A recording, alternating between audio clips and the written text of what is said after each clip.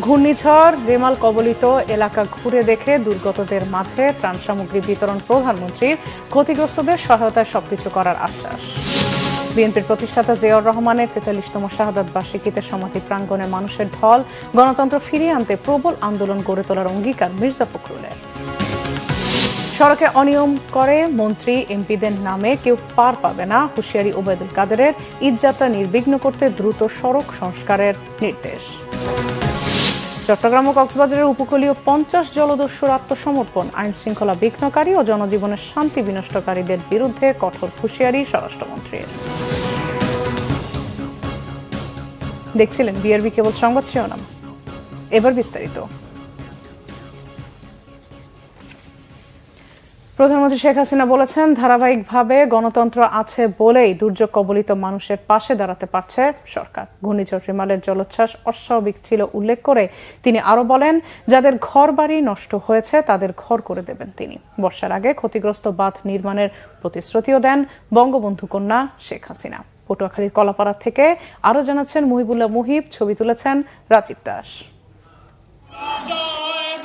ঘূর্ণিঝড় রিমালে ক্ষতিগ্রস্ত ও দুর্যোগ কবলিত উপকূল হেলিকপ্টারে ঘুরে দেখেন প্রধানমন্ত্রী শেখ হাসিনা। বেলা 12:30টায় তাকে বহনকারী হেলিকপ্টারটি পটুয়াখালীর কলাপাড়ায় অবতরণ করে। বেলা 12:45টায় সরকারি মোজাহারউদ্দিন বিশ্বাস কলেজ মাঠে উপস্থিত হন শেখ হাসিনা। বানভাসী মানুষের মাঝে ত্রাণ সামগ্রী তুলে দেন তিনি। পরে প্রধান অতিথির বক্তব্যে প্রধানমন্ত্রী শেখ হাসিনা বলেন, এবার মাঠে ফসল ছিল না, তারপরেও মানুষের সম্পদ নানাভাবে ক্ষতিগ্রস্ত হয়েছে, বাঁধ ভেঙে গেছে। দ্রুতই এসব পুনর্নির্মাণের প্রতিশ্রুতিও দেন সরকার প্রধান। যে সমস্ত রাস্তাঘাট ভেঙে গেছে সেগুলি মেরামত করার ব্যবস্থা নেওয়া হয়েছে। পাশাপাশি বাঁধ যেগুলি ভেঙে গেছে, বাঁধ নির্মাণের কাজ ইতিমধ্যে আমরা শুরু করে দিয়েছি, যাতে বর্ষার আগেই আমরা এই বাঁধগুলি নির্মাণ করে জলোচ্ছ্বাস বা পানির হাতে মানুষকে বাঁচাতে পারি, সেই ব্যবস্থা আমরা নিয়েছি। তাছাড়া যাদের ঘর বাড়ি ভেঙে গেছে ইতিমধ্যে আমরা খোঁজ নিতে বসেছি। তাছাড়া আমি এরপরেই আবার সকলের সঙ্গে বসবো, প্রশাসনের বসবো, যাতে করে যেখানে যেখানে যাদের বাড়ি ঘর ভেঙেছে তারা যাতে ঘর বাড়িগুলি আবার মেরামত করতে পারেন, আবার নির্মাণ করতে পারেন, সেই ব্যবস্থাও ইনশাল্লাহ আমি করে দেবো। অন্তত এইটুকু ভরসা আপনারা রাখবেন। প্রধানমন্ত্রী বলেন, দেশের মানুষ যাতে খাবারের জন্য কষ্ট না পায় সে ব্যবস্থা করেছে সরকার। বলেন, আওয়ামী লীগ সরকার দক্ষিণাঞ্চলের যোগাযোগে অভূতপূর্ব উন্নয়ন করেছে বলেই এটি সম্ভব হয়েছে। এই অঞ্চলটার সার্বিক উন্নয়নে আওয়ামী লীগ সরকার এসেছে বলেই সেটা সম্ভব হয়েছে। এর আগে তো অনেকেই ছিল, কেউ তো এদিকে দৃষ্টি দেয়নি। এই অঞ্চলের মানুষ প্রতিনিয়ত প্রকৃতির সাথে যুদ্ধ করে বেঁচে থাকে, প্রতিনিয়ত জীবন যুদ্ধে লিপ্ত হয়। আজকে অন্তত বলতে পারি সেই প্রাকৃতিক দুর্যোগ আসবে, কিন্তু সেটাকে মোকাবেলা করে মানুষের জীবন মান রক্ষা করা, সেটাই আমাদের লক্ষ্য। সেই কাজটাই আমরা করে যাচ্ছি। দেশের মানুষের কাজের জন্য আওয়ামী লীগ সবসময় নিবেদিত প্রাণ।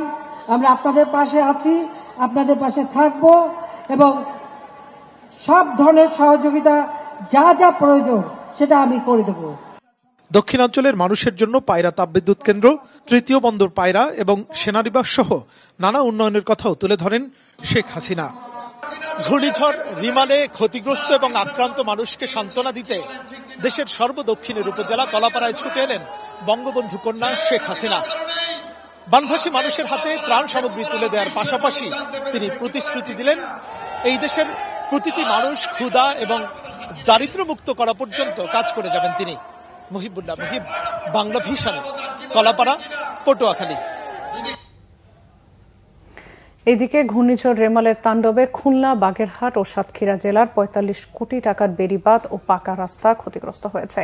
এই মুহূর্তে ক্ষতিগ্রস্ত এসব বাঁধ ও সড়কে জোড়াতালির কাজ চলছে। ঈদের পর মূল কাজ শুরু করবে পানি উন্নয়ন বোর্ড, আর সড়ক বিভাগ কাজ শুরু করতে চায় ডিসেম্বরে। কয়রায় উঁচু, টেকসই ও মজবুত বেড়িবাঁধ নির্মাণে ২,২০০ কোটি টাকার প্রকল্প নিয়ে আসছে পানি উন্নয়ন বোর্ড। আতিয়া পারভেজের রিপোর্টে বিস্তারিত। খুলনার কয়রায় ঘূর্ণিঝড় ও জলোচ্ছ্বাসে ক্ষতিগ্রস্ত হবে না এমন উঁচু ও মজবুত বেড়িবাঁধ নির্মাণের উদ্যোগ নিয়েছে পানি উন্নয়ন বোর্ড।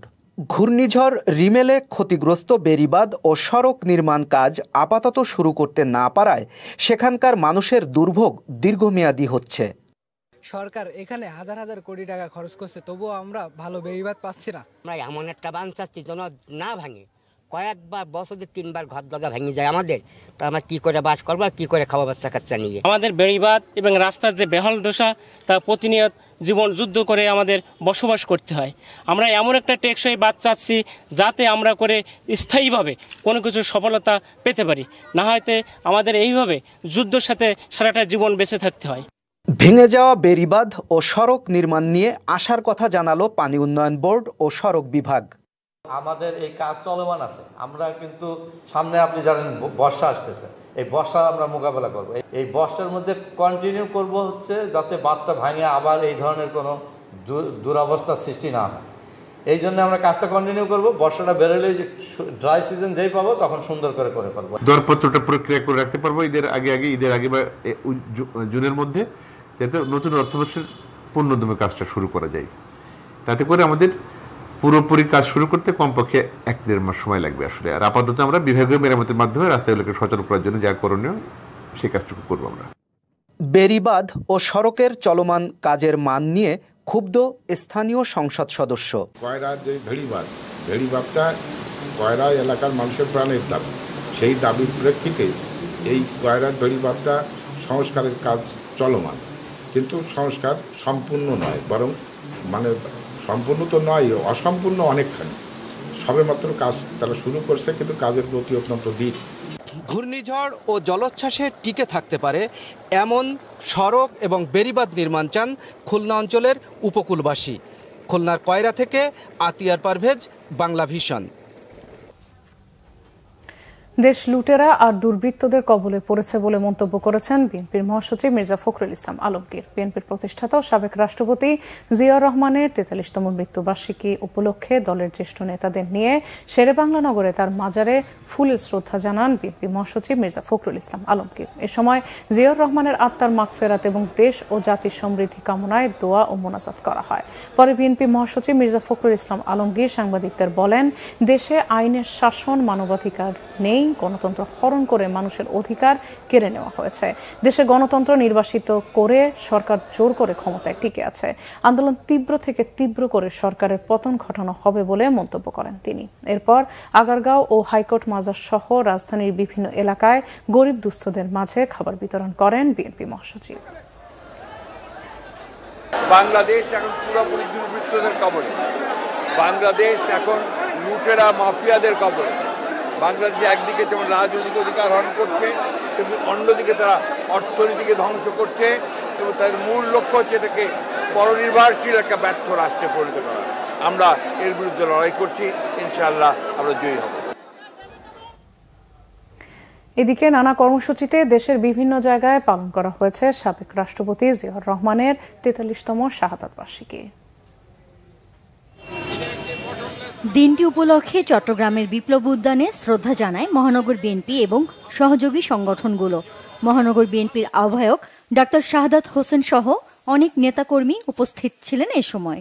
এদিকে বিএনপির প্রতিষ্ঠাতা শহীদ রাষ্ট্রপতি জিয়াউর রহমান বীরুত্তমের 43তম শাহাদাত বার্ষিকী উপলক্ষে রাঙ্গুনিয়ার জিয়ারনগরে জিয়াউর রহমান প্রথম মাজার প্রাঙ্গণে ফুলেল শ্রদ্ধা, ফাতেহা পাঠ ও বৃক্ষরোপণ করেছে বাংলাদেশ জাতীয়তাবাদী যুবদল। যুবদলের কেন্দ্রীয় সহ সভাপতি রুহুল আমিন আকিলের নেতৃত্বে মোহাম্মদ শাহেদ ও রেজাউল করিম লিটন সহ যুবদল নেতারা এই কর্মসূচি পালন করেন। খুলনায় কেডি ঘোষ রোডে বিএনপির দলীয় কার্যালয়ে মহানগর ও জেলা বিএনপির উদ্যোগে এই দোয়া মাহফিল হয়। পরে দলীয় কার্যালয়ের সামনে অসহায় ও দুস্থদের মাঝে খাবার বিতরণ করা হয়। উপস্থিত ছিলেন কেন্দ্রীয় বিএনপির ছাত্র বিষয়ক সম্পাদক আলহাজ রকিবুল ইসলাম বকুল সহ অন্যরা। অন্যদিকে দিনটি উপলক্ষে সাবেক খুলনা মহানগর বিএনপির উদ্যোগে নগরীর সোনাডাঙ্গা থানায় বিএনপির কার্যালয়ে দোয়া মাহফিল হয়।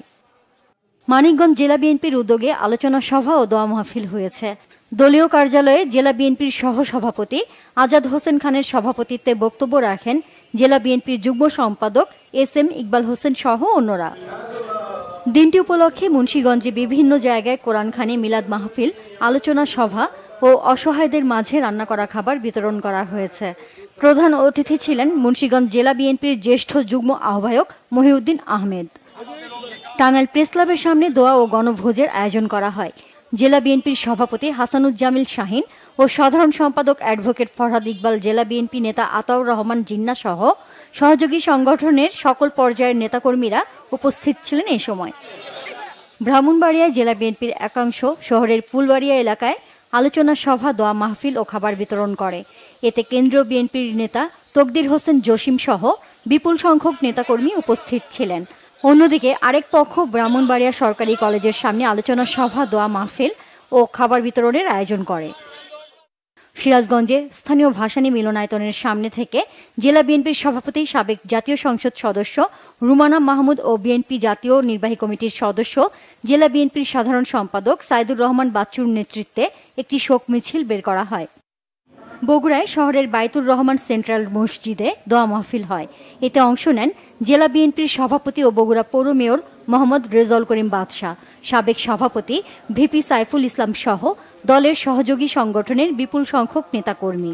এর আগে শহরের দত্তবাড়িতে অবস্থিত অ্যাজমা কেয়ার সেন্টারে ফ্রি মেডিকেল ক্যাম্পের মাধ্যমে গরিব অসহায় মানুষের মধ্যে বিনামূল্যে ওষুধ বিতরণ ও চিকিৎসা সেবা দেয়া হয়। এছাড়া ঐতিহ্যবাহী বাগবাড়ি গ্রামে জিয়াবাড়িতে আলোচনা সভা ও দোয়ার আয়োজন করে গাবতলী উপজেলা বিএনপি। দিনটি উপলক্ষে গাইবান্ধায় বিনামূল্যে দিনব্যাপী চিকিৎসা সেবা ক্যাম্পের আয়োজন করেছে ডক্টরস অ্যাসোসিয়েশন অব বাংলাদেশ ড্যাব জেলা শাখা। জেলা বিএনপির সহযোগিতায় এতে প্রধান অতিথি ছিলেন দলটির সভাপতি অধ্যাপক ডাক্তার মইনুল হাসান সাদিক। যশোরে শহরের লালদিঘি পাড়ে দলীয় কার্যালয়ের সামনে দোয়া ও আলোচনা সভার আয়োজন করে জেলা উলামা দল। জেলা বিএনপির আহ্বায়ক অধ্যাপক নার্গিস বেগমের সভাপতিত্বে এতে প্রধান অতিথি ছিলেন দলের জাতীয় নির্বাহী কমিটির খুলনা বিভাগীয় সাংগঠনিক সম্পাদক অনিন্দ ইসলাম অমিত। বিএনপি ও সহযোগী সংগঠনের নেতাকর্মীরা উপস্থিত ছিলেন এ সময়। জামালপুরের বিভিন্ন জায়গায় আলোচনা সভা, দোয়া মাহফিল ও দুস্থদের মাঝে খাবার বিতরণ করা হয়। বিএনপি ও সহযোগী সংগঠন এসব কর্মসূচি পালন করে। নোয়াখালীতে সাবেক সংসদ সদস্য মোহাম্মদ শাহজাহানের নিজ বাসভবনে আলোচনা সভা ও দোয়া মাহফিল হয়। এছাড়া দিনটি উপলক্ষে বিভিন্ন জায়গায় অসহায় দুস্থদের মাঝে খাবার বিতরণ করা হয়। ঝিনাইদহে শহরের Wazir Ali school and college মাঠে রক্তদান কর্মসূচির আয়োজন করে জেলা বিএনপি। এর উদ্বোধন করেন জেলা বিএনপির সভাপতি অ্যাডভোকেট এম এ মজিদ। পরে সংগৃহীত রক্ত অসহায় অসুস্থ রোগীদের দেওয়ার জন্য সদর হাসপাতালের ব্লাড ব্যাংকে জমা দেওয়া হয়। Nazneen Akhtar, Bangla vision news desk. ঈদযাত্রা নির্বিঘ্ন করতে দ্রুত সংস্কার কাজ শেষ করতে সংশ্লিষ্টদের নির্দেশ দিয়েছেন সড়ক পরিবহন ও সেতুমন্ত্রী ওবায়দুল কাদের। রাজধানীর বিআরটিএ কার্যালয়ে এক সমন্বয় সভায় এই নির্দেশ দেন তিনি। সড়কে অনিয়ম করে মন্ত্রী এমপিদের নাম ব্যবহার করে কেউ পার পাবে না বলেও হুঁশিয়ার করে দেন ওবায়দুল কাদের। সড়ক পরিবহন মন্ত্রী বলেন, রিমালের কারণে কিছু সড়ক ক্ষতিগ্রস্ত হয়েছে, সেগুলো দ্রুত সংস্কার করা হবে। পশু বহন করা গাড়ির ব্যাপারে বিশেষ নজর দিতে হবে যেন সমস্যা না হয়। এছাড়া ঢাকার প্রবেশপথগুলোতে বাড়তি নজর দেওয়ার পরামর্শ দেন তিনি। ওবায়দুল কাদের বলেন, লক্কর ঝক্কর গাড়ি রং দিয়ে না নামিয়ে ফিটনেস থাকা গাড়ি নামাতে হবে। এই ব্যাপারে বাস মালিকদের সতর্ক থাকতে বলেন মন্ত্রী। একই সাথে অতিরিক্ত ভাড়া আদায় করলে ব্যবস্থা নেওয়ার হুঁশিয়ারি দেন ওবায়দুল কাদের। রাজধানীতে বর্ষার সময় রাস্তা খোঁড়াখুড়ি না করতে সংশ্লিষ্ট প্রতিষ্ঠানগুলোর প্রতি অনুরোধ জানান তিনি। মন্ত্রী বলেন, সিএনজি স্টেশন ঈদের 7 দিন আগে থেকে ঈদের 7 দিন পর পর্যন্ত সার্বক্ষণিক খোলা রাখার বিষয়টি সংশ্লিষ্ট মন্ত্রণালয়কে জানানো হবে। এই দেশে আজকে মন্ত্রণালয়ের উন্নয়ন, মেগা প্রজেক্ট, এগুলো নিয়ে কোনো প্রশংসা নেই। ওই যানজটা দুর্ঘটনা পেলে কোথাকার এক যাত্রী কল্যাণ সমিতি, যেটা কোনো লাইসেন্সও নেই, সমাজ কল্যাণ মন্ত্রণালয়ের কোনো লাইসেন্স নেই, তাদের কোনো পারমিশন নাই, রেজিস্ট্রেশন নাই, তাদেরকে উস্কিয়ে দিয়ে এটা যা হয় তার চেয়ে ডাবল, তার চেয়ে 3 গুণ বেশি দুর্ঘটনার চিত্র তুলে ধরা হয়। এটা এদের কাজ, এটা একটা পারপাস নিয়ে কেউ কেউ কাজ করে। অফিসে গিয়ে চাঁদা চায়, না পেলে লেগে দেয়, এসবও আছে। সাংবাদিকতার নামে অনেকে অপকর্মও করে। সবাই ভালো মানুষ, আমরা পলিটিশিয়ানরা সব ভালো মানুষ, আমি এটা বলি না, এবং কোথাও সবাই ভালো মানুষ। আইনশৃঙ্খলা বিঘ্নকারী ও জনজীবনের শান্তি বিনষ্টকারীদের কোনো অবস্থাতেই ছাড় না দেওয়ার হুঁশিয়ারি দিয়েছেন স্বরাষ্ট্রমন্ত্রী আসাদুজ্জামান খান কামাল। বলেন, যারা জঙ্গিবাদ দস্যুতা ছেড়ে আইনশৃঙ্খলা বাহিনীর কাছে এখনো আত্মসমর্পণ করেনি তাদের পরিণতি কি হবে সেটা আল্লাহ ছাড়া কেউ জানে না। দুপুরে চট্টগ্রামে র্যাব ৭-এর সদর দপ্তরে চট্টগ্রাম ও কক্সবাজারের উপকূলীয় অঞ্চলের ৫০ জলদস্যুর আত্মসমর্পণ অনুষ্ঠানে মন্ত্রী একথা বলেন। এ সময় স্বরাষ্ট্রমন্ত্রী আরও বলেন, যারা দস্যুতা ছেড়ে স্বাভাবিক জীবনে ফিরে আসবে তাদের পুনর্বাসন করবে সরকার, কিন্তু আত্মসমর্পণের পর আবারও যদি কেউ একই কাজ করে তবে তাদের ভাগ্যে খারাপ পরিণতি রয়েছে। অনুষ্ঠানে পুলিশের আইজিপি চৌধুরী আব্দুল্লাহ আল মামুন, র্যাবের মহাপরিচালক খুরশিদ হোসেন সহ আইন শৃঙ্খলা বাহিনীর ঊর্ধ্বতন কর্মকর্তারা উপস্থিত ছিলেন। উজানের পাহাড়ি ঢল আর কয়েকদিনের অতিবৃষ্টির কারণে সিলেটের নিম্নাঞ্চল প্লাবিত হয়েছে। নদ নদীর পানি বেড়ে বিভিন্ন হাওর তলিয়ে পানি ঢুকে পড়েছে বাড়িঘরে। সুরমা, কুশিয়ারা ও সারিগঞ্জ সহ সব নদ নদীর পানি বাড়ছে সিলেটে। 4টি নদীর পানি 5 পয়েন্টে বিপদসীমার উপর দিয়ে বইছে। এতে বিভিন্ন হাওর তলিয়ে নিম্নাঞ্চলে বন্যা দেখা দিয়েছে। এদিকে সিলেটের গোয়াইনঘাটে 56টি, কোম্পানিগঞ্জে 35টি, জৈন্তপুরে 48টি ও কানাইঘাটে 18টি আশ্রয়কেন্দ্র খোলা হয়েছে। পানি উন্নয়ন বোর্ড জানিয়েছে, সিলেটের সব নদ নদীর পানি বাড়ছে। 4টি নদীর পানি কানাইঘাট, আমলশীদ, শেওলা, সারিঘাট ও সারিগোয়াইন পয়েন্টে বিপদসীমার উপর দিয়ে বইছে। বেশ কয়েকটি এলাকায় ঝুঁকিপূর্ণ অবস্থায় রয়েছে নদীর তীর রক্ষা বাঁধ। চতুর্দিকে পানি কালকে পানি কিছু কম দেখা গেছে, রাত্রে খোলা আছে। ইন্ডিয়ার পানি নামিয়া এই বাংলাদেশ আমরা মেয়ামাটি এলাকায় খাগড়া, লাতু, লামাগুটাপাড়া, বাদলিপুর সহ লাগাইয়া এই বিশাল পানি আছে। গতকালকে থেকে হঠাৎ করে আমরা এলাকাত পানি আইছে। আমরা এলাকাটা হইল বাগর সড়ক। গতকালকে হঠাৎ করে আমি মাগরিবের নামাজও গেছিলাম। মাগরিবের নামাজ পড়িয়া বার হয়েছি, দেখি আমার বাড়িতে পাই পানি।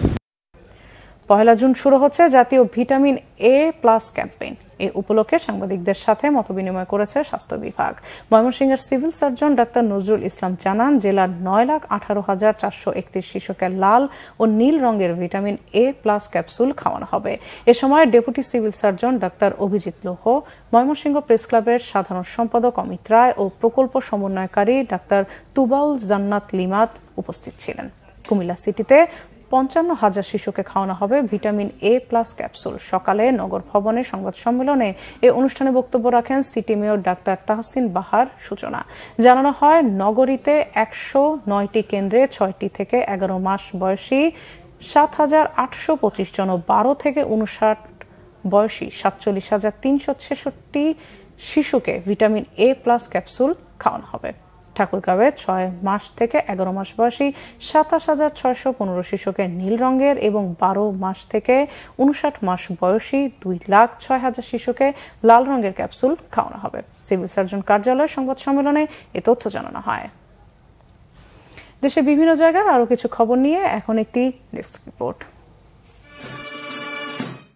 আন্তর্জাতিক শান্তিরক্ষা অপারেশনের প্রশিক্ষণ সম্পর্কিত আন্তর্জাতিক সংস্থা association of Asia Pacific piece operation training centre AAPTC এর 12তম বার্ষিক সাধারণ সভা এবং ওয়ার্কশপ অনুষ্ঠিত হয়েছে গাজীপুরে। রাজেন্দ্রপুর সেনানিবাসে Bangladesh institute of peace support operation training বিপসটে সম্মেলনের সমাপ্তি ঘোষণা করেন প্রতিরক্ষা মন্ত্রণালয়ের সংসদীয় কমিটির সভাপতি মোহাম্মদ ইলিয়াস উদ্দিন মোল্লা। সমাপনী অনুষ্ঠানে বিভিন্ন দেশের রাষ্ট্রদূত, GOC, আটডগ, বাংলাদেশে নিয়োজিত জাতিসংঘের বিভিন্ন সংস্থার প্রতিনিধিরা উপস্থিত ছিলেন। সংসদ সদস্য আনারুল আজিম আনার হত্যাকারীদের ফাঁসির দাবিতে মানববন্ধন হয়েছে ঝিনাইদহে। সকালে কালীগঞ্জ শহরের জনতা মোড়ে এ কর্মসূচির আয়োজন করা হয়। আনারুল আজিমের মেয়ে মুমতারিন ফেরদৌস ডরিন এতে উপস্থিত ছিলেন। ময়মনসিংহের ফুলবাড়িয়ায় স্বেচ্ছাসেবক লীগ কর্মী আক্তারুল আলম শুভর খুনিদের শাস্তির দাবিতে সংবাদ সম্মেলন করেছেন তার পরিবার। স্থানীয় প্রেস ক্লাব মিলনায়তনে নিহতর শুভর মা অভিযোগ করেন, খুনিরা প্রকাশ্যে ঘোরাফেরা করলেও পুলিশ তাদের গ্রেপ্তার করছে না। খামারি মোবাইল অ্যাপের কার্যকারিতা যাচাইয়ে উচ্চ ফলনশীল বোরো ধানের প্রদর্শনী ও পানি সাশ্রয়ী সেচ প্রযুক্তির প্রদর্শনী মাঠ দিবস হয়েছে নীলফামারীতে। বিকেলে জল ঢাকার খালিশা খুঁটামারা এলাকায় এতে প্রধান অতিথি ছিলেন সংসদ সদস্য মোহাম্মদ সাদ্দাম হোসেন পাভেল। পরে উচ্চ ফলনশীল বোরো ধান কাটা উদ্বোধন করেন তিনি। খাগড়াছড়ির রামগড়ের সম্প্রীতি উন্নয়ন কর্মসূচির আওতায় মানবিক সহায়তা দিয়েছে বিজিবি। কর্মসূচিতে বিভিন্ন শিক্ষা প্রতিষ্ঠান সহ অসহায় দুস্থ ও হতদরিদ্র পাহাড়ি বাঙালিদের মাঝে সেলাই মেশিন, নগদ অর্থ, ঢেউটিন ও খাদ্যশস্য বিতরণ করা হয়। ব্যাটালিয়ন সদরের বাস্কেট গ্রাউন্ডে এ সহায়তা দেওয়া হয়। উপস্থিত ছিলেন ব্যাটালিয়ন অধিনায়ক লেফটেন্যান্ট কর্নেল সৈয়দ ইমাম হোসেন।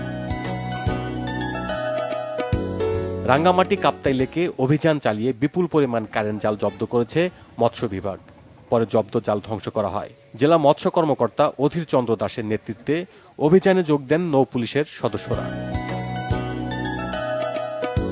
ঠাকুরগাঁও সদর উপজেলা পরিষদ নির্বাচনের বিষয়ে সংবাদ সম্মেলন করেছেন চেয়ারম্যান প্রার্থী কামরুল হাসান খোকন। দুপুরে জেলা প্রেস ক্লাব মিলনায়তনে সংবাদ সম্মেলনে তিনি জনবিচ্ছিন্ন নেতৃত্ব এবং নির্বাচন ব্যবস্থার প্রতি অনাস্থা জানান। বলেন, ভোটের প্রতি মানুষের সীমাহীন ক্ষোভ জন্মেছে। নাজমুল নিশান, বাংলা ভিশন, নিউজ ডেস্ক। সংবাদ শেষ করব বিআরবি কেবল শিরোনামগুলো আরেকবার জানিয়ে। ঘূর্ণিঝড় রিমাল কবলিত এলাকা ঘুরে দেখে দুর্গতদের মাঝে ত্রাণ সামগ্রী বিতরণ প্রধানমন্ত্রীর, ক্ষতিগ্রস্তদের সহায়তায় সবকিছু করার আশ্বাস। বিএনপির প্রতিষ্ঠাতা জিয়াউর রহমানের ৪৩তম শাহাদাত বার্ষিকীতে সমাধি প্রাঙ্গণে মানুষের ঢল, গণতন্ত্র ফিরিয়ে আনতে প্রবল আন্দোলন গড়ে তোলার অঙ্গীকার মির্জা ফখরুলের। সড়কে অনিয়ম করে মন্ত্রী এমপিদের নামে কেউ পার পাবে না, হুঁশিয়ারি ওবায়দুল কাদেরের। ঈদযাত্রা নির্বিঘ্ন করতে দ্রুত সড়ক সংস্কারের নির্দেশ। চট্টগ্রাম ও কক্সবাজারের উপকূলীয় 50 জলদস্যুর আত্মসমর্পণ, আইন শৃঙ্খলা বিঘ্নকারী ও জনজীবনের শান্তি বিনষ্টকারীদের বিরুদ্ধে কঠোর হুঁশিয়ারি স্বরাষ্ট্রমন্ত্রীর। এই ছিল এখনকার মতো। পরের সংবাদ সন্ধ্যা 7:30টায় দেখার আমন্ত্রণ রইল। এছাড়া বাংলাদেশের সংবাদ ও সংবাদ সংশ্লিষ্ট অনুষ্ঠান দেখতে ভিজিট করুন www.bbnews24.com ও facebook.com/banglavisionnews এবং সাবস্ক্রাইব করুন youtube.com/banglavisionnews। ধন্যবাদ সবাইকে।